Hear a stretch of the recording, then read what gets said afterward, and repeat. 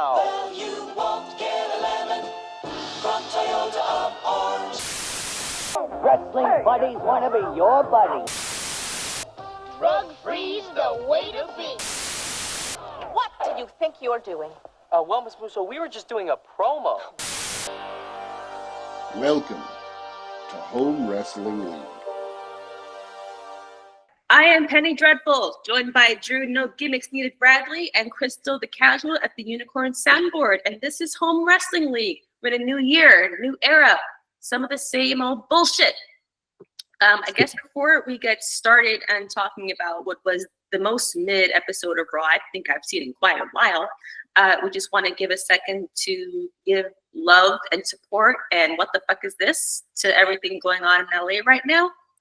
I actually moved to the East Coast last summer, so I got to miss a lot of this bullshit, but it's awful to watch what's going on right now and be like, damn, are y'all okay? Damn.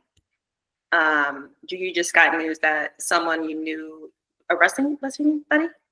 Yeah, a friend of mine, Steven, he's a wrestling friend. Crystal knows him and his wife, Lily, because they have a child and they have a dog named Piglet. They lost their house. Oh. Two other people I know have lost their house, so it's just been a hard couple days out in LA. And hopefully everything can be rebuilt again. It's just sad because, you know, Monday they had the thing, had the show that we're going to be talking about exclusively on here or out at the Intuit Dome, and then the next day the winds, then the next day the fires, and it's just been terrible ever since. Yeah. Next day was like, bitch, you thought. Exactly. Maybe later we put some links up or something like that for, donations and all that kind of stuff. Yeah. So people can lend support and just basically stay together in community throughout this bullshit. Yeah. Quickly before we get into Raw, I want to touch on the Vince news, mostly because I saw that news immediately after I finished watching the documentary. Because I turned off the Netflix for a while because I'm I don't care. Like, Netflix is getting my fucking nerves. But of course, the way they did with Peacock, they were like, if you want to see this wrestling content, you got to get this bitch on. So I'm like, all right, fine. Turn on the Netflix account, start looking at it. And I learned a lot about this man watching that I did not know before. He, I guess, got off with one of his charges, not with the Janelle Grant stuff and the feds, but with the SEC. The SEC settled their charges against Vinnie Mac for not reporting that he gave out millions of dollars of hush money. They basically said, pay this $400,000 fine to us, give your old company back $1.3 million, both of which is nothing to him. Resolving the financial side of what came out has nothing to do with his charges with the feds. He said there was some minor accounting errors, like, bitch, the only minor to you. That made me laugh. But did you know all that about Vince? I didn't know that he grew up in an abusive environment, like physically, mentally, emotionally, possibly sexually. Like, no, it was definitely sexual. Formative. Oh, definitely. Mm-hmm. Mm-hmm. Like, horrible. Like, the most important formative years of your life, the first 12, he had, pardon the pun, no chance. I didn't know he didn't meet Vince Sr. until he was 12. That man treated him like an employee. Yeah, and it's kind of been passed down, so that's how he treats Shane. 100%. Like, I found it fascinating that he's repeated the dynamic he had with his father with Shane. Like, did you not learn anything? Yeah, like, I found it fascinating that everyone they interviewed him for had a lot of the same things to say. Like, they had a father-daughter relationship. A lot of them repeated that. But when they asked about what his legacy will be, what the bottom line is, like, a lot of them drew blanks. They didn't know how to answer it. They were like, ooh, that's a hard question. I don't know. It's just very interesting. It answered every question I ever had about him. Created pity, sure, because, like, wow, that's awful. But it didn't, change what I know or think about him. Yeah. But it explained a lot. And it's weird because with people like me and knowing a lot about wrestling, I was just, when watching it, I'm like, oh, okay, this is just to understand Vince McMahon. And people who love Vince McMahon is just like, this is a hit job. People who know nothing about Vince McMahon is just like, I never knew anything about that.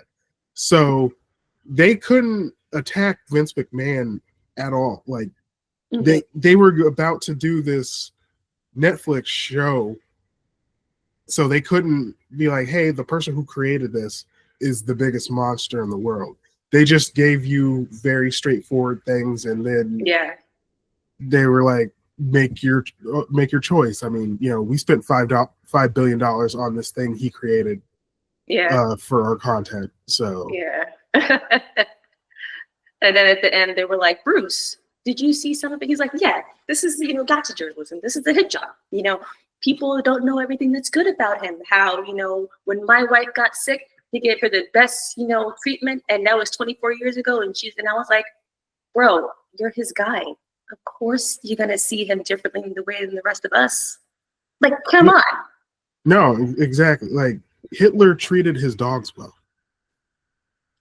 Treated his dogs well. Like, just because he helped his, you know, right-hand man support his family and take care of everything doesn't mean he also didn't do these other things. Like, they're both true. Like, on a platter of, you know, some of it is something good, some of it is something bad, but it's all on the same plate.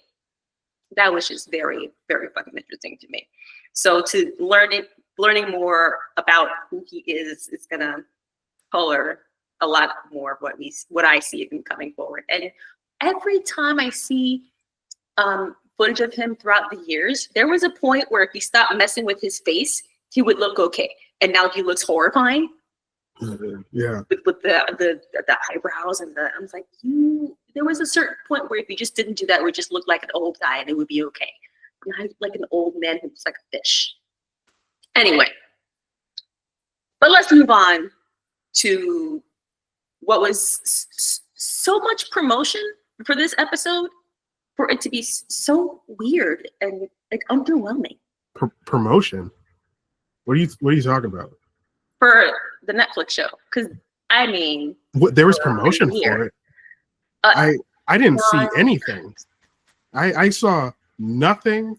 I didn't see any moves online. Yeah, they announced it a year ago and didn't talk about it anymore. I didn't see the commercial where for some reason the last two faces you see were The Rock, then Triple H. I didn't see, you know, Travis Scott and the Fiend. I didn't see anything about this. Like, this is news to me. Like, it just magically showed up on Netflix. Just magically showed up. There wasn't nonstop talking about it on social media, asking them, you know, hey, Liv Morgan, what's your favorite Netflix show? There wasn't any interviews with Triple H where they were asking, hey, what did the talent say about this new move on Netflix? There wasn't constantly Raw as Netflix. There wasn't, you know, taking the end and flipping it over and saying Raw as Netflix. There wasn't any big event. There wasn't a red carpet. You know, they didn't, you know, wrap the whole Intuit Dome in red and say Raw as Netflix. None of that. No such thing. They probably could have done more to tell us about it. Yeah. Like, hopefully they would have spent more of that $5 billion to really make us understand how important it was. I will say it is admittedly very weird to be watching Monday Night Raw anywhere that isn't the USA Network, because it was there for so long. Even that short period of time when it was on Spike was only a few years, but like, it was a certain way for so long. So to see, and it's still weird for me to see anything live on Netflix, because I remember really vividly when Netflix streaming first became a thing and the quality was shit. Awful. And then they moved through that and it got a little better. And then the app came out. Maybe on a 3GS, maybe that's the phone that I had at the time. And then that quality was awful. So to see that, and probably the best thing about this show, the video quality, quite crisp. Yeah. So this is because I have a degree in this. What the problem is the last couple times they were doing live streaming, they were trying to broadcast it in 4K. Oh. And so the Chris Rock thing worked a little bit, and then they tried to do the Love is Blind thing, and that fucked up. And then they tried to do the Tyson thing, and that also fucked up. So they, since the wild card Beyonce Bowl game, they went back down to HD. So 1080 from 4K. So for the next couple of weeks until they figure everything out, Raw is going to be in 1080. They'll only stream in high definition. So it still looks good, but it's not the best it could be. Really? Yeah. Okay. I think it looked great for what it is. Yeah, it looks. Leave it there, and it'll be fine. You're talking to a guy who, like, this is my profession, so like yes. Yeah. You can see like those like standards they were trying to hit. Like, there were practices. Like, if we get Beyonce correct, if we do that right, then we're okay. Exactly. Like, we remember those other instances that didn't go so well, so gotta step it up. Beyonce was just like, yeah, you're not fucking this up, right? Because you're not gonna do that on my watch. No, not on Beyonce's watch. It's like, so I actually like the cold open a lot, but I watched the whole thing on Instagram before. What's the point of showing us that whole cold open before? Because I probably would have enjoyed it more as a piece on its own if I hadn't seen it in advance. So you are the first person I've heard say this. I didn't see it at all. I just whenever they post something online, like I usually skip it unless it's like actual action. Because so you saying that, I'm like, oh, okay, I didn't know they had it. I had the whole 3 minutes. Yeah. It's funny because friend of the show, Tommy, we had a text chain that day, and it pretty much was, I can't believe I'm gonna buy these fucking. It's like I don't really want to buy these tickets. Yeah, it's too expensive, and I'm like, you gotta do it because it's. Where was he sitting? He was sitting. Let's see. He sent me a picture. Yeah, so he was sitting on camera side. So they released those tickets late. Really interesting. Yeah, he was sitting camera side, like a row up, kind of behind the hard camera console stuff. He had a good seat. I mean, the Intuit Dome is a good arena. This is the first year they're using it. But anyway, he was just like, these ticket prices are ridiculous. And it was like, you gotta do it. And so he was just like, you don't know how much. It's like, I'm so mad. And like, you don't even know how much I paid for these tickets. But like, and like, that's gonna get to another point we're gonna talk about later. But as soon as that happens, I'm saying this all to say, as soon as that happens and I see that curtain and they play the thing, and I'm like, Hunter's behind that fucking curtain. Yeah. All that. And so there's like a minute, or like, I think there's at least 1 minute to 90-second delay. So, because Tommy was on his phone, because I that's why I texted him. I was just like, Hunter's behind that fucking curtain, isn't he? And then like right before, like, I want to say 20 to 30 seconds right before the drop happens, I get an LOL, and I'm like, he was behind the curtain the entire time. Yeah. And then that's when Knox gorilla. Yeah, and that's when the powerful. Oh God, right? And the stroking begins after that, because like once he comes out, it's just like, welcome Netflix. Like, we are not shit without you. Wrestling was not wrestling without you, Netflix. Let the circle jerk begin. Yeah, exactly. It was like, without American Vandal, we would not be here today. Oh my God, he does this whole spiel, this whole hunter spiel that he does, and then he steps away from the pirate that they have in the ring, and I was like, sir, that's a little dangerous. Okay, but like, all right, I guess by this point we've gotten used to seeing him out so frequently, which I'm still kind of getting used to because I understand that his role is mostly backstage, mostly in Gorilla, and for most of our lifetime as wrestling fans, those guys in the back didn't come out in the front. So, but we've kind of gotten used to seeing him come out at big, moments to, cut was essentially his promo, his own kind of little promo. I've gotten used to it, and I don't hate it. I'm being totally honest. I like to see him in this capacity. I think it works for him and for the E as a whole. But Wayne opens the show. And I did notice, and I like that moment of silence and anticipation, like what's going to be first. And I think that moment of silence and anticipation came after every thing that ended, but I feel like it dissipated as the show went on. But at that moment, I was like, what's going to happen? And then Rock's music and give him 20 minutes to come out. But I mean, he did this as Dwayne, not as The Rock. I mean, still with the Red Bull eyes, but broke kayfabe all over the place. And what did he say? He said nothing of any. No, it's like he even forgot his catchphrase, which is hilarious. Right?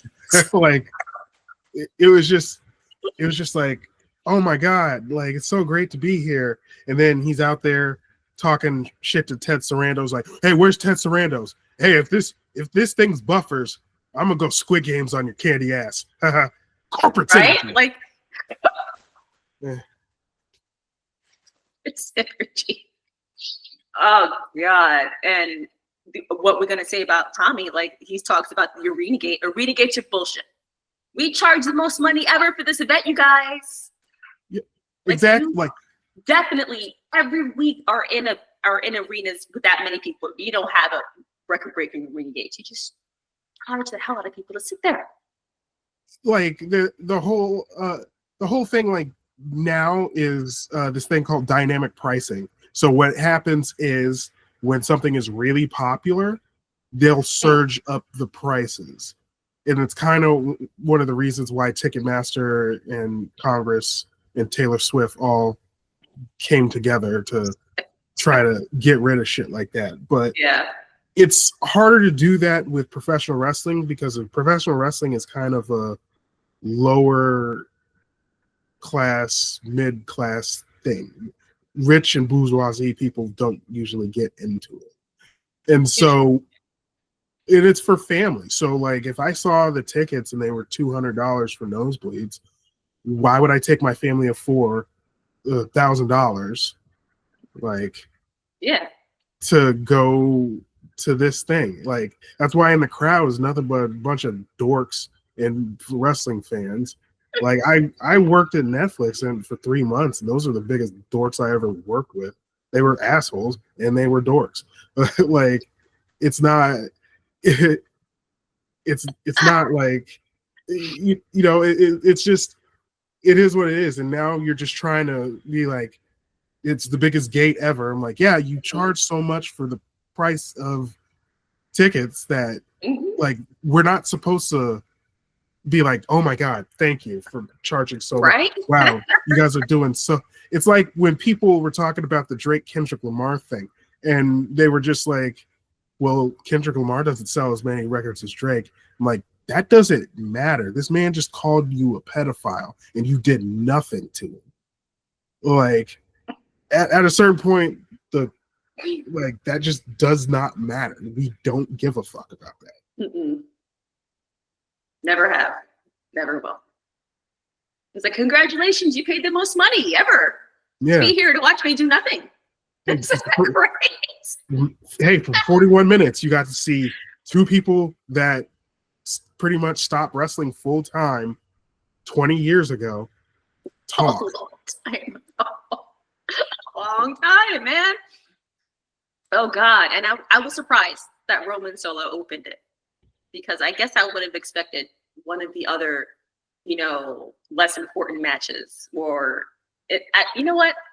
I would have expected of the 4 matches that we got out of almost 3 hours of show, that probably Drew and Jay would go first because it has the least build up, the least story going on. But Roman Solo versus was, I guess, you follow Rock with Roman, I guess.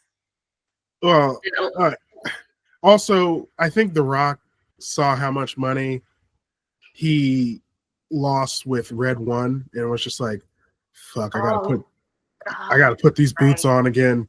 And then a couple weeks later, he saw how much money he got with Moana 2, and he's just like, Dwayne doesn't have to do this. And then he just became his character. I'm like, hey, Cody Rhodes, remember when we had that thing where we where I gave you that thing that we're not supposed to talk about? Anyway, that shit don't matter. I love you, bro. I love you. Oh my God, it's just so great. Remember a couple months ago when I came out for no reason at the end of that match that you and Cody Rhodes were tag teaming in, and I did the 3 sign? Yeah, none of that matters anymore. I made money off Moana. I'm good. I'm not going to come back to this nonsense again. That's for John Cena, who, is taking over Hollywood. Me, Dwayne "The Rock" Johnson, man, let me watch this match and, pretend I'm going to do something, but not really. What was even the point of a good half of the things that he's done in the last year? What was the point of any of it? Like he's hedging a lot of bets, and none of them seem to be really landing for him. A lot of people were speculating that Heyman would turn on Roman, which I think would have been interesting, but he didn't. Roman wins. Mm-hmm. The Rock comes out to put the little follow the little rock full of ladies on him. Sure. Yeah. And what now? Like, what happens next? I don't know where that leaves OG bloodline and new bloodline, because they're definitely still beefing. Like, yeah. What happens next for those guys? In the match, like it's I forgot what it's called. Combat. Tribal combat.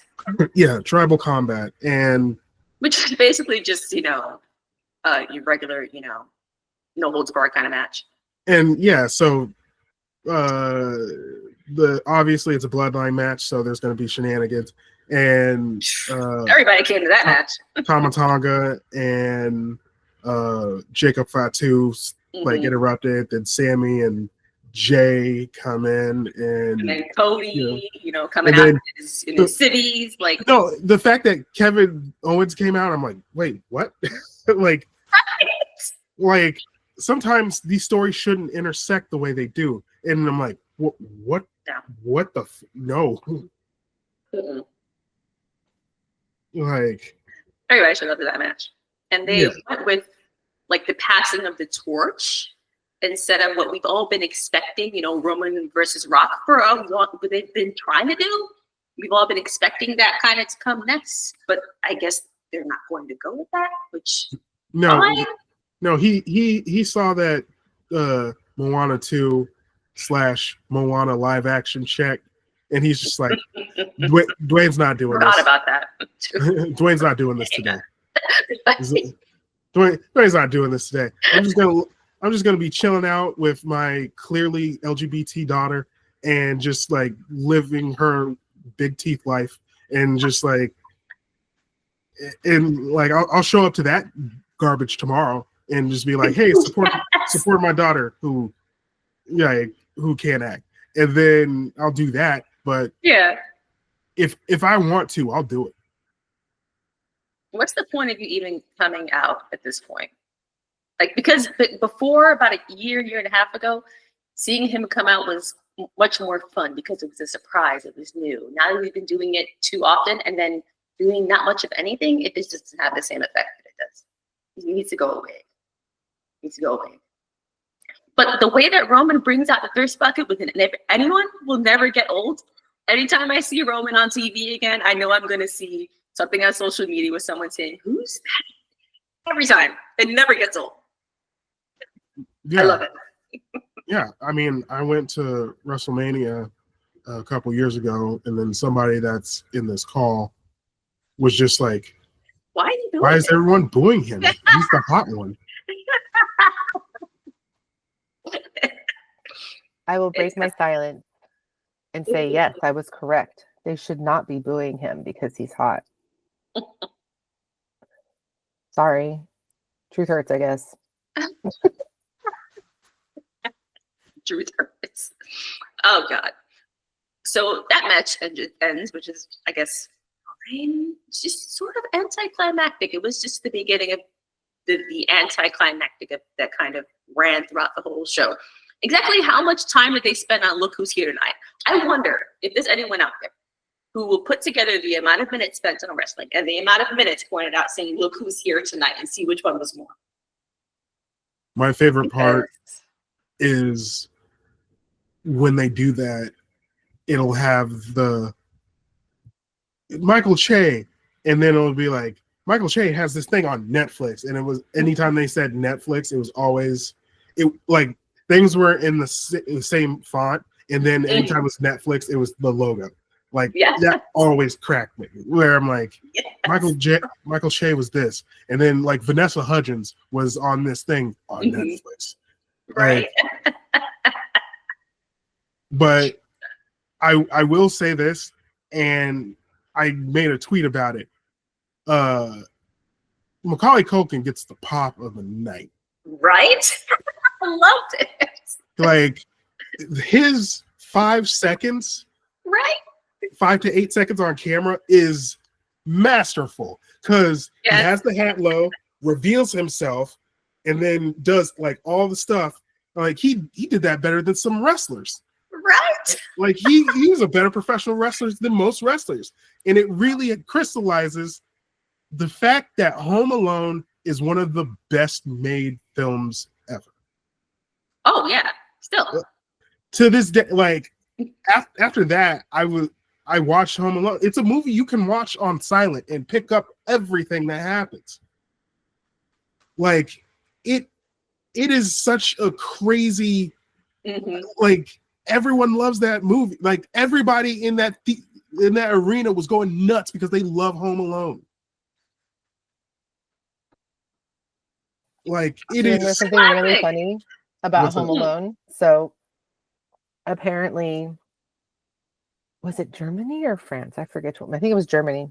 There was a time when this movie came out where, I think it was Germany, where if you liked the movie, people were like, "Wow, you have zero taste. You like American trash," and so.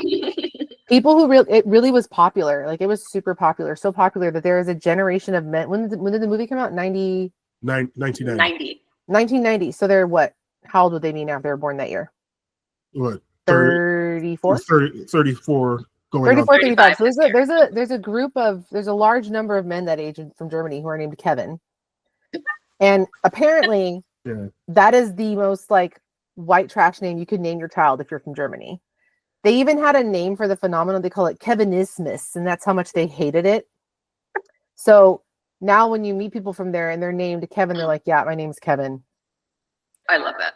It's like being named, I don't know, Billy Bob or something here. I don't know. Like, I just read about this phenomenon and I was like, what? So, Home Alone's reach is far and wide. That is fucking hilarious. I think over the holidays, I watched a lot of National Lampoon's Christmas Vacation, and I learned actually that Chris Columbus was supposed to direct that initially, but he hated Chevy Chase so much, which happens so much with so many other directors. Yeah, couldn't get along with Chevy, so he leaves that project, and the other one who came and directed it, but it opened him up for Home Alone, which was fine. It worked out just fine for him. Oh yeah, but I thought that was hilarious. Oh, okay. All right, where are we? So, Cena did what any other guest was supposed to do. Put over Netflix, which of course gargled their balls, and the city, and then build up on your next move. And in his case, officially declaring himself for the Rumble. That was what you're supposed to do. And Cena warned about where they were. I don't know what point they were planning what we were going to talk about, but he told you where they were. I don't know who you weren't listening to, but he said it directly. We're in Inglewood.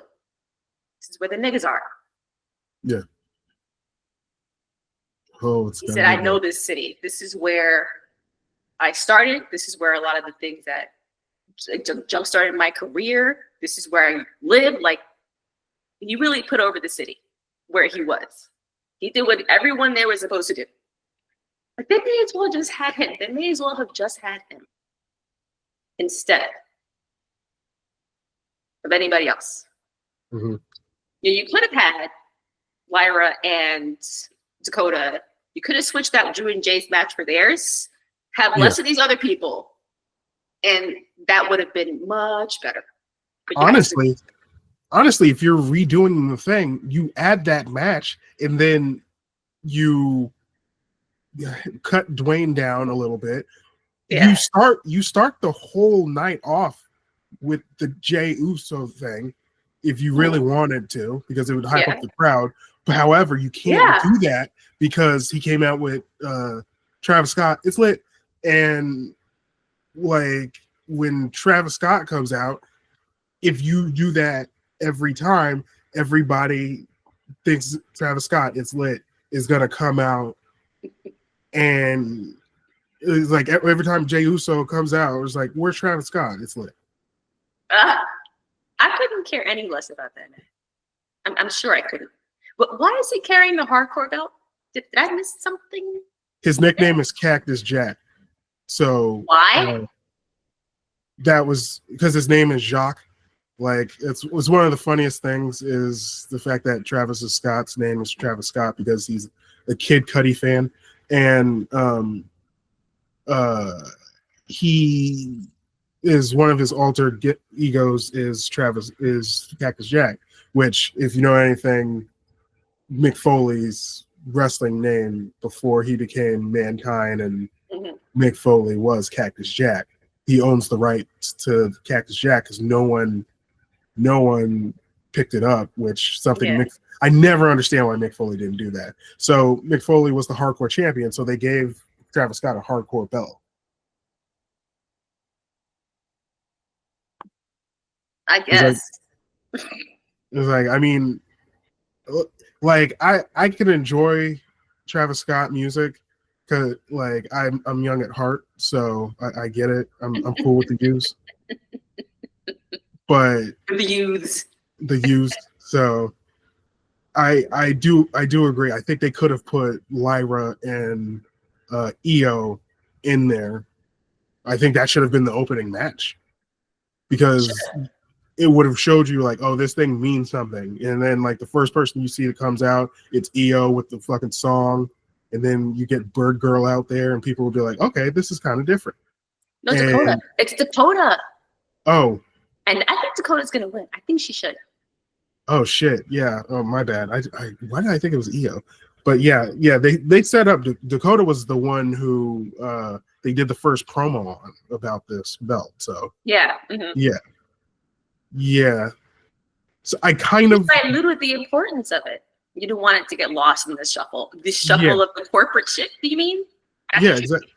It's like, hey, everybody, now look at Richard Gadd, who was in Baby Reindeer, who, if you turn this off and watch Baby Reindeer, you will be depressed and you will forget how to spell iPhone.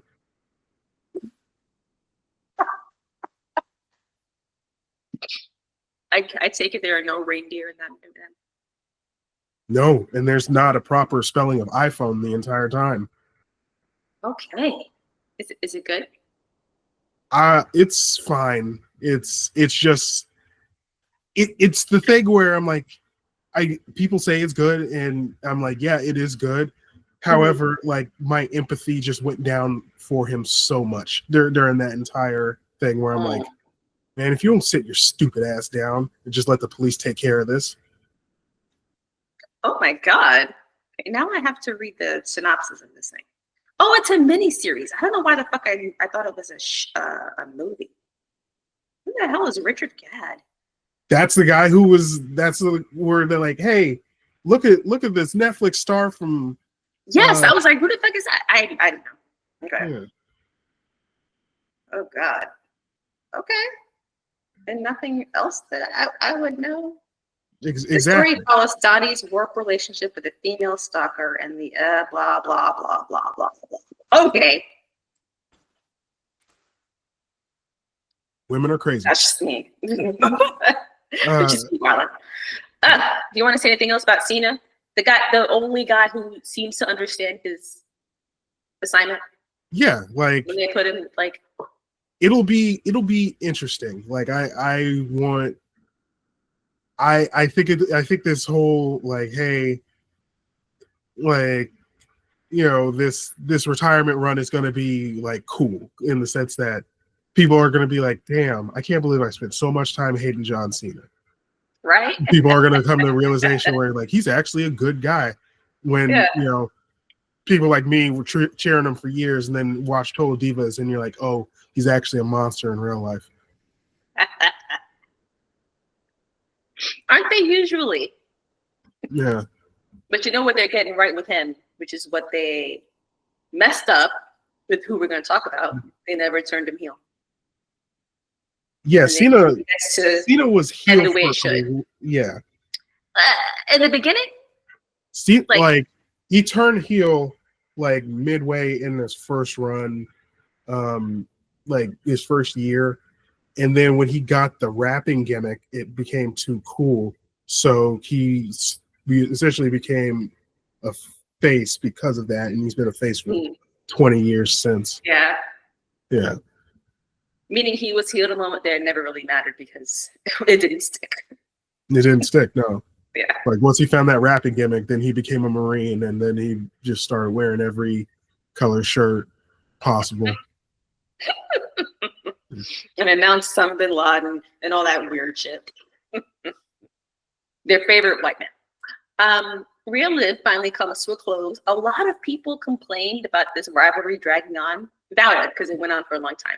But it probably would have been wrapped up sooner if it weren't for injuries on both sides. So I wonder if Liv hadn't gotten injured and if Rhea hadn't gotten injured, where we would be with the two of them right now. I don't know. Interesting. To be honest, like the entire beef is about injuries. Yes. Like You took me out for so long. Like she turned on Liv. She turned on Liv. Then they have their tete-a-tete, and then Rhea becomes that massive star, whatever, and then she hurts Liv by stomping on her shoulder. Yeah. And then months later, Liv knocks the sonic rings out of her with the chair, and then fucking throws her into the wall, and then she gets hurt, and then Liv becomes the champion. Right. Through like hot potato injuries. Yeah, and through this was all for Dominic's love. And now that they realize they don't need Dominic's love anymore, they're just like, well, what do we do now? Yeah. Which is like, what happens with most women, where it's just like, man, this guy, like, I love him so much. What do I do now? I can't live without this person. I think you'll figure it out, girl. He's like, yeah, you'll be all right. Yeah. I did like that they both kicked out of what each other's finishes were, because Oblivion on a chair worked before, didn't work here. A single riptide worked before, it didn't work here, so you have to do two. And they did that a few times throughout the night with these two, with all the matches, where people would have kicked out of things that they normally would, but they didn't in this instance. And that was great. That was fun. It's something else that was finally wrapped up. In a lot of the instances in the matches, all four of them, they wrapped up things that were going on for a while, which is great. I don't know what's next for Dom. He took a shot to the nads and a riptide. I don't know what's next for him. Story-wise. Besides being my favorite wrestler ever, Dom Hive all the way. It's probably going to lead to something that's going to happen with Judgment Day. I don't know what. The group lost a lot of luster when their two biggest prizes left. So, now it's mostly a comedy act. Well, yeah, and then it's like, because you don't really add Carlito for, seriousness. Yeah. Yes. It's like it's not because we don't love him. He's just not. He doesn't do seriousness super well. They're the Temptations. where Edge leaves, then Rhea leaves, and then Priest leaves, and they're still like, we're the same group, but it's but this guy was born in 1997, but he's a part of the Temptations. Has been around since the 50s. He's Otis. Nobody's coming to see him. No one's coming to see you, Otis.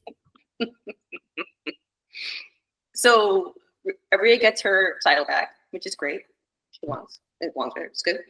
I don't know what they'll do next with it, but it's good for her to have it. She deserves it at the belt, I guess. And then we get Taker's belts, but only for a second. And then we get American Badass Taker. And it's another thing that definitely felt cheap. Like, bring out a bunch of the old faves and have them do basically nothing. But Michael Cole did note that he made an event at the first Raw in history. Okay, that's great. But why was he there? Why? Because wrestling wasn't great until they got Netflix, guys. Like, it didn't have. They're starting right from here, you guys. It's like, duh. Like, their overuse of nostalgia is. I mean, it is a creative problem that's been happening for the world for. I mean, movies, especially. Yeah, several years. Yeah. Since 9/11. Wow. Oh yeah. But it's just such an over-reliance on the past that you have to realize, and this is when the corporate dick food solos need to stop. They bought your product for $5 billion. You are in charge. Like, you don't have to do any of this. They bought it for $5 billion. Like, you run that, like, the overhead is low. Like, at a certain point, that deal's it's gonna look ridiculous because, like, it's Netflix is just like, we got this thing on for the cheap when they could have paid billions more. Yeah. You treated yourself like WCW in 2000. You weren't not that. Yeah, like I just find that just it doesn't read right to me. Where I'm like, it doesn't. It's weird. Yeah. Yeah. I'm gonna turn the light on because I'm losing light in here. But I really wonder where we'll go here, like what tomorrow is gonna look like. And these, next couple of weeks as they, rebuild with their new thing, with their brand new toy, what the actual product will shape up to be. It's very, very strange. Yeah. And the reaction to Taker will tell us more about this reaction we'll get to. Then we got two immediate hints and some roster shuffling. Bayley was talking to Adam Pearce. She's clearly to Raw after she puts over Tiffy this week. Excited to see that. And of course, when you say luchador, rumors are out there. Pence is coming. Cero miedo. And he gets Chad first. So you get this great guy, main eventer. Should be a main eventer. Slid him right into, with the other Mexicans in the mid card, and he'll probably stay there. I can't wait to see one real nice spot at the Rumble. I can't wait to see him on Speed in the next couple of weeks. He's gonna do great on Speed. Strap the rocket to him on Speed. Yeah, exactly. The Speed belt. Who even has the Speed belt right now? That is an inherent issue. Exactly. I know Candace has the female Speed belt. I don't know who has the I didn't male even know Speed they belt. had a female one until they said she had. Oh yeah, right. Have you watched a Speed match? I only watched the one that Candace won. Like, that's Who was that against? I think it was against Io. I think she beat Io for the Speed belt. Okay. of all the choices to make. Look, I'll be happy to see him there. I love Penta. He's fantastic. And I always want people to have jobs.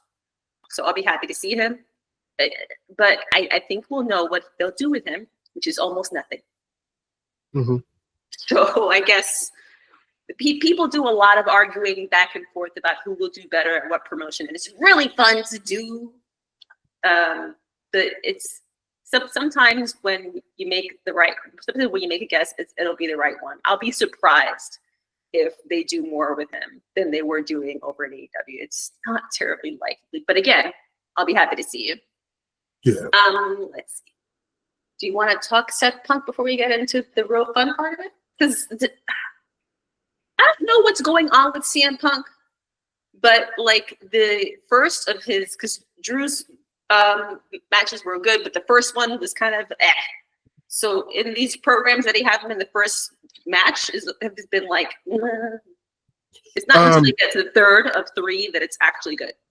I think, to be honest, I think we could just do we could just do it in order, because I think that's just a lot funnier. Okay. All right. So I'm comfortable in my bed watching Raw, and then Hulk's music hits. And I'm like, I rolled my R's so hard that it hurt. I was like, oh, you've got to be fucking joking. I can't even remember the last time that they trotted this man out. And I'm like, why? Why? I don't get it. Everyone hates him. Everyone hates him. Everyone hates him. And people always say, oh, he's so important to, the business and all that. And sure, I guess Hulk Hogan was important to the business and all, but he's not been important to Raw. He's only been on so many Raws in his whole career because they started basically when he left. So he's not like a staple of Raw in the way that, Rock and Cena have been, and even Triple H. Like, why would they bring him out? I don't understand. Nostalgia. Well, nostalgia or to sell the beer. Nostalgia, but like, like, let's just be honest. Like, that's what it is. I'm gonna let you finish the story because I got a bunch of ideas. I waited to hear for him to start talking, and I did ask you, like, is that crowd split? Because anywhere you go, you'll with that man, you'll get sycophants. You'll get like, oh, I'll treat her because history, nostalgia, all that bullshit. But I couldn't, because it was just a bunch of noise, and I was like, I'm sure the boos are outweighing here, but I'm trying to pick out if anyone's not booing. But it doesn't matter because the caption said booze. Crowd boos. Crowd boos. And how dare you bring out Jimmy Hart to try and soften that blow? Like, God. And why? I don't know why they are working with this beer and parading around this man instead of Stone Cold and his beer. That's an easy layup. Why do they keep fumbling that particular bag? Oh man. Well, it would have been amazing. So one of the funniest things about this is, I think it was at least, I want to say there was an interview with Terry Bollea where he said that, man, you do realize a lot of my issues and struggles in life happen because of alcohol. 6 months later, he has a beer come out. Like, you can't make this up. He's not a person. He doesn't think like people. It doesn't. I hate the name Real American Beer. It feels so basic. And I know it because I'm a real American. Sure, the song and all, but it feels like calling a beer beer. Like, I remember I was a big Babysitters Club reader, Yeah. And there is one of the books where 2 of the girls like split out to make their own, Babysitters Club, and they call it something else. And one of them is like, calling something Babysitters Club is calling a restaurant the restaurant. It reminded me of that. Like, it's a basic ass name. It doesn't really mean much. And the copy they gave him was so terrible. Oh my God. Like, let me tell you, brother. And it was just canned, awful bullshit. And with the ripping the shirt and running a Real American Beer shirt and ripping it off and saying Netflix, like, it was terrible top to bottom. Even, you know what? Let's do some revisionist history. Pretend that he never said the hard R on camera and never did any of the other things. Never, messed up all his, did that thing where he ratted out Jesse Ventura to Vince. Let's pretend he never did anything shitty and he was actually beloved. By itself, that whole thing was garbage. It was a terrible, terrible promo for a terrible product that's sitting on fucking mat that is not needed, nobody cares about. But it's just shit on top of shit on top of shit. Like, he couldn't get out of there fast enough. When he leaves and he turns around and like the shirt is like around his legs, it's so funny. Like, is that a fail if it's what people are talking about the most?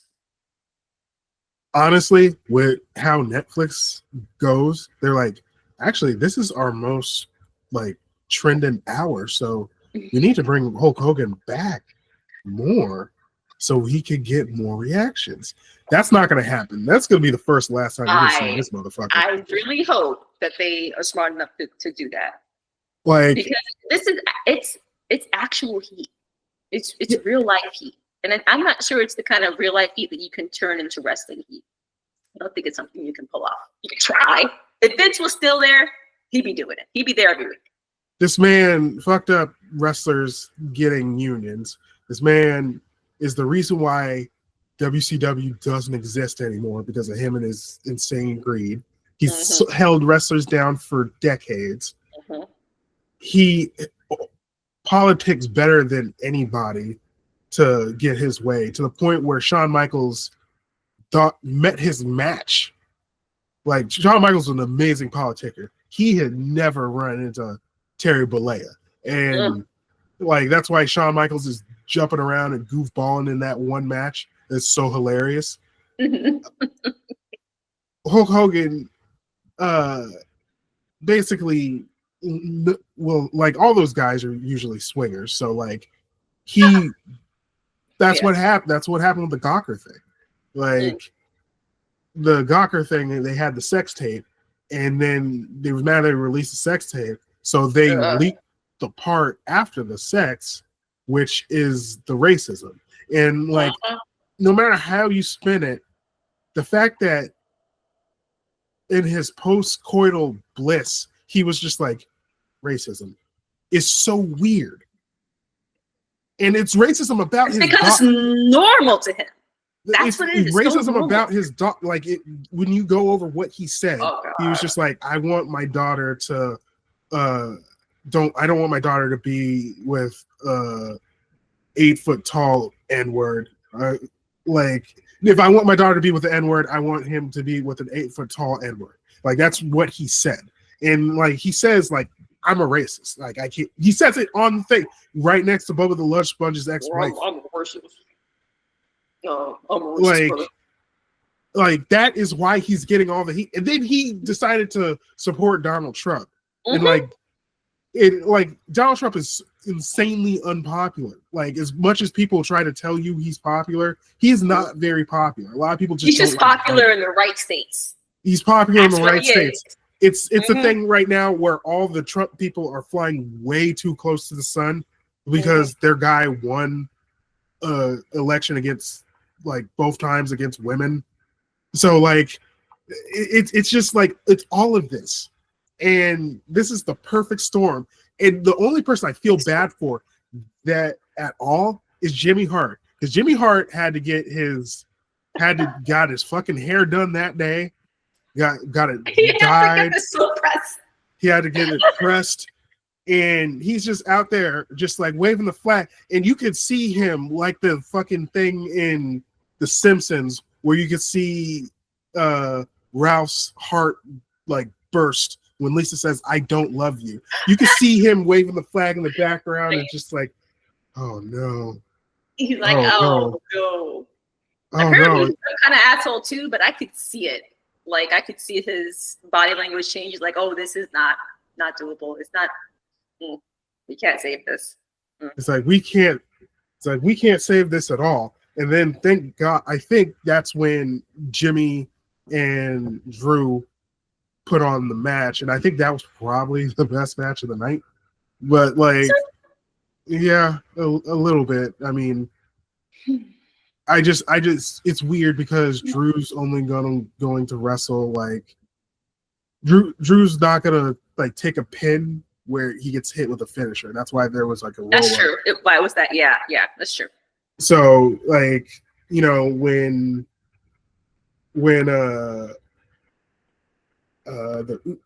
Travis Scott, like that was the pickup where yeah. Hold on.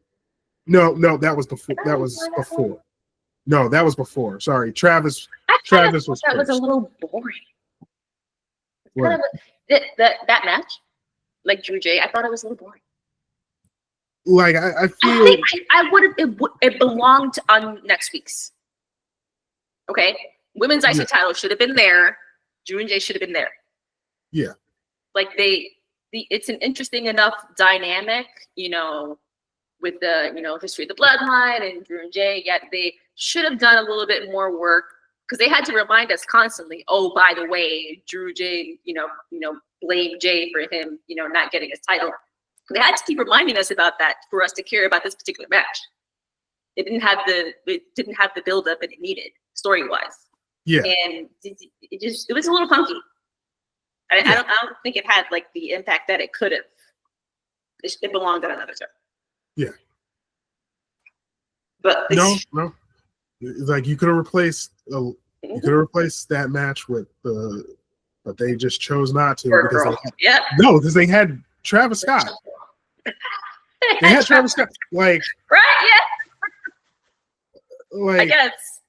Yeah, just one of the problems was all of these matches were like, ends to feuds. Ends to feuds. Or in Seth and Punk's case, the beginning of one. It's like I don't need to see two men. Like it's just like because Punk and Drew made magic with that Hell in the Cell. They did. Like I really just don't want to. I don't really care about Seth and CM Punk. I don't care if they ever have a match together. Like it's not something I need to see. They definitely brought it up. It was planned to be a Mania match, at least that first one, it was supposed to be Mania. They needed a little bit of time to build it up, but of course they moved it up because importance, yada yada yada. Which one of the four they did? Which one do you think should have made it better? If you're gonna, it was that one. If Dwayne was gonna wrestle or do anything of importance, yeah, that like Tribal Combat should have been the main event. Mm-hmm. Yeah, but especially with everybody coming out the way it was. As is, like Dwayne probably was just like, "Hey, I gotta go back to my house on the west side, so I just gotta. I don't really want to be here, but I'm here because you guys helped me achieve some success or whatever. I personally don't want to be here, but that's why that's why he was doing the shit with Instagram in the background. That's why I just love that it's like that. It was like a 40-minute Instagram where him and Cody are backstage, and then like he's dapping up people. Like Hunter goes up for a dap, and he completely misses Hunter. Like it's hilarious.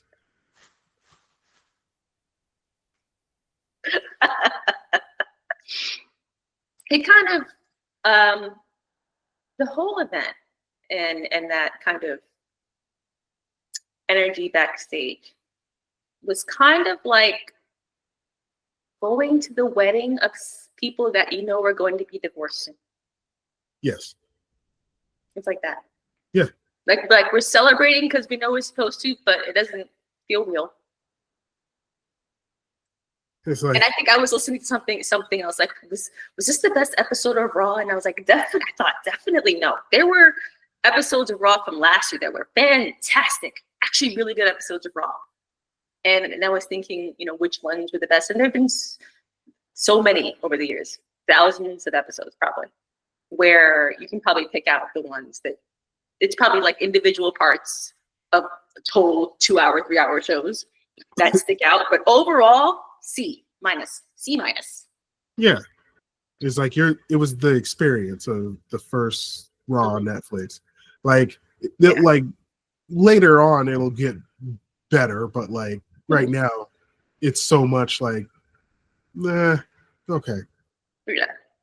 And of course now Hulk is saying, "Oh, they booed me because of my political beliefs." No. Yes. That's part of Because it. take part of it, but everyone too like went okay for Taker. Both of you have the same politics, but you're the one that got the heat because you've been doing like worse. You have more things. Both of you were terrible in that instance, but you've really been hitting the gas with your bullshit.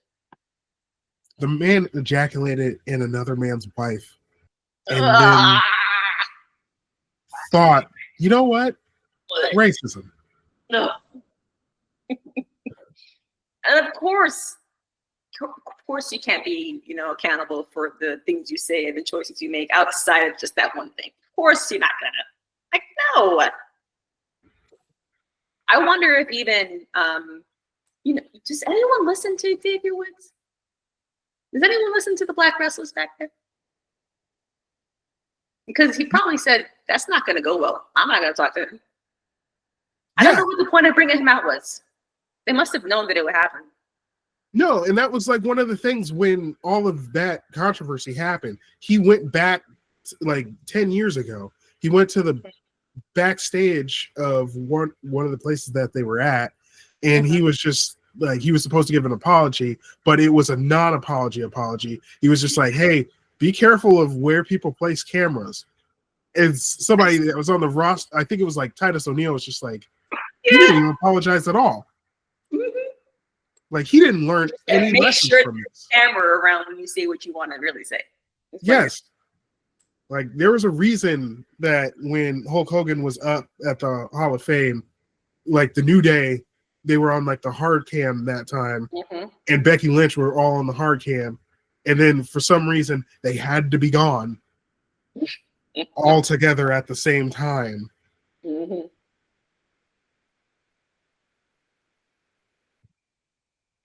But they don't listen. I don't get it. And are we going to keep seeing? Well, we're going to keep seeing Real American Beer on the mat because a contract is a contract. That's not going to go away. Potato Ballet is going to go away. I can only hope so. Like, but that was the biggest thing out of the entire event. That's what the biggest news item was. That was the most fun part. Was all of us booing Hulk Hogan.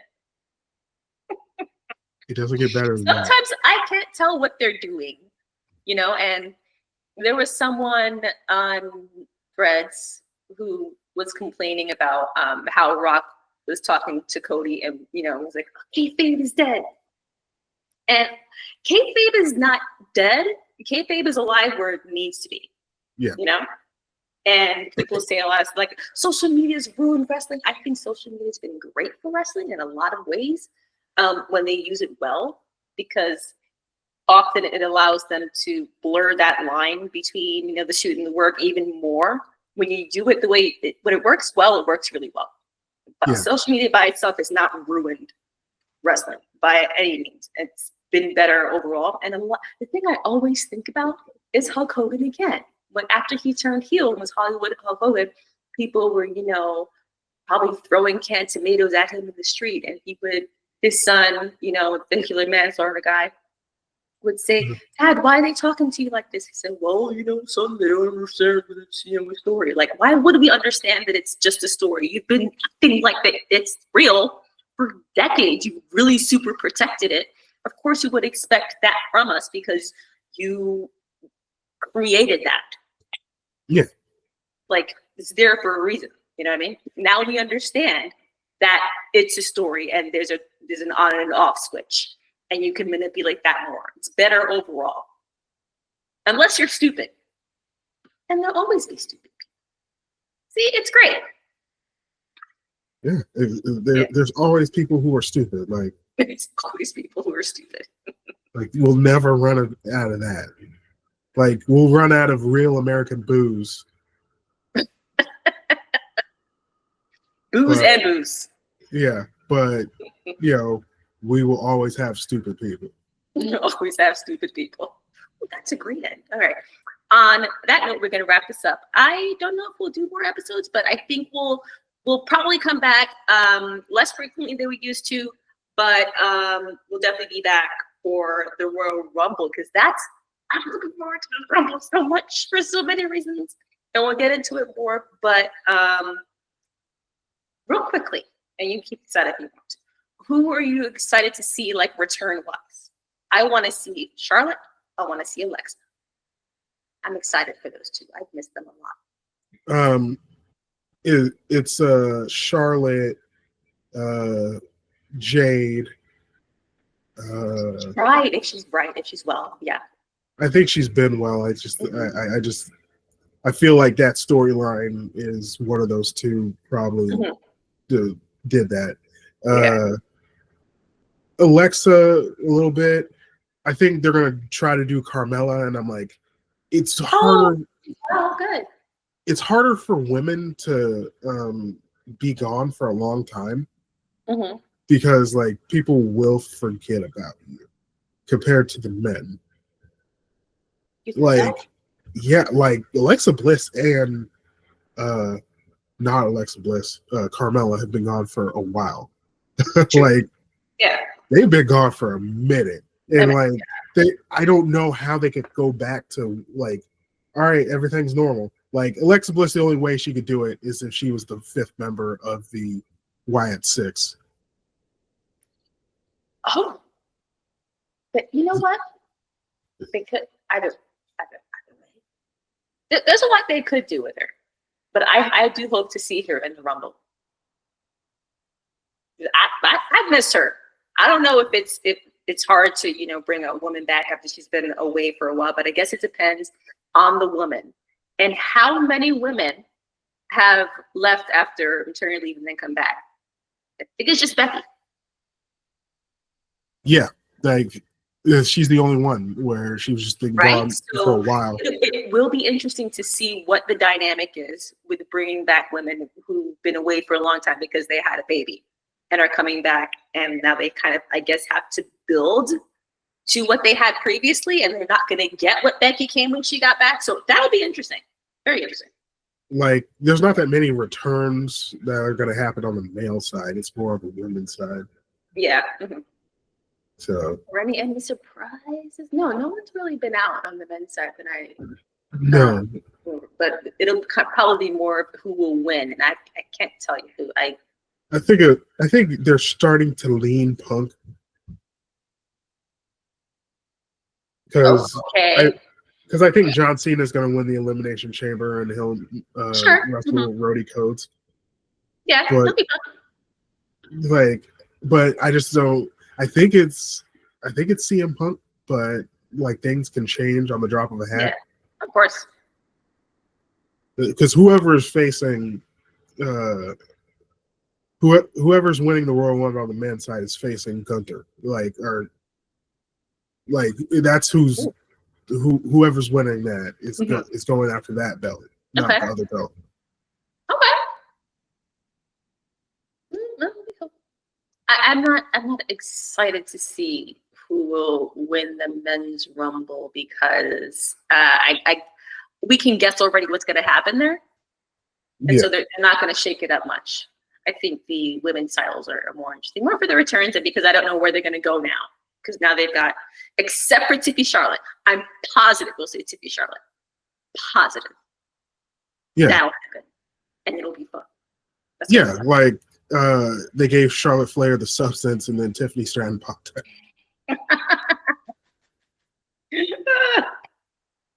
Oh my God. All right. So follow us on the social medias. On YouTube, you're at Home Wrestling League. Twitter, we're still at _HWL. And on Instagram and Threads, we are at home_wrestling_league. We will be back on Spotify and Apple Podcasts. So if you're on Spotify, check out the poll and the Q&A. I think we'll throw something in there because I want to know what you guys are thinking about, what's coming up down the pike. I don't know what to leave it on other than, real American booze.